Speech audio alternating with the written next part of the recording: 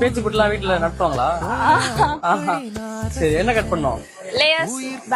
Layers banks அவ்வளவுதான். ஜட போடுற மாதிரி வேணும். ஜட போற மாதிரி யாரு கட்டலாம் பண்ண முடியாது. ஒரு 1000 சரி, ஓகே. அவங்க கேட்ட மாதிரி கேக்குறீங்க. ஹேர் கட் பண்ணணும், அந்த பிளேட்ஸும் போடணும்.